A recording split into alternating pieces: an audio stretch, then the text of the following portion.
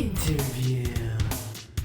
Hey everyone, Sophia here at an EA press event where they're showing off Shadows of the Damned, and I'm joined by Akira Yamaoka, composer on the game. Thank you for joining us. Thank you very much. Now, you're actually up to do a little performance later, so first we want to talk a bit about the game. Can you tell us about your band? So just so I don't give off the wrong impression here, I just want to make sure that this band project, quote-unquote project, is really a side project. It's almost like an outlet for me. We never know. Maybe tonight might be the last one and only and last performance. It's really a fun project for us, and tonight we're performing a few tracks from actually the game, Shadows of the Damned, as well as work that I've done before even joining Grasshopper. So a mix of what's from the game and some stuff from outside the game.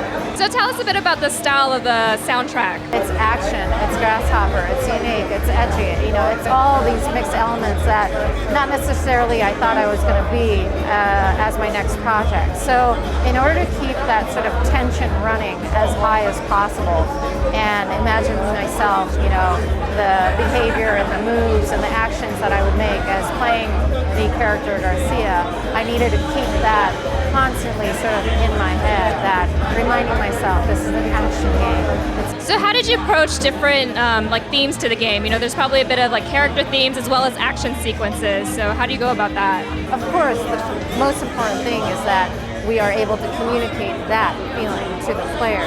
But I think the musical component, the sound design, and the sound effects component, what it does is that it helps enhance that feeling for a emotional connection, or a visceral feeling. And so I don't want to go around it where it's just adding layers just to make it action-y.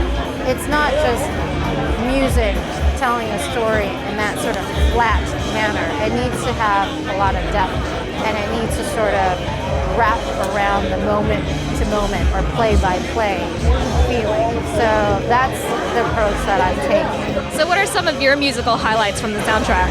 So the sort of typical manner or fashion that we know as the last boss battle is that you slowly build up the process, and it's like this whole big thing, and there's like a climax moment. And that's quite normal, a boss battle to be.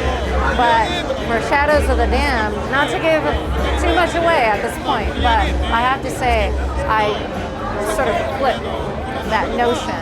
So it's kind of this eerie, weird feeling that you're going to get while you're expecting this whole build-up, and then all of a sudden, the boss to appear.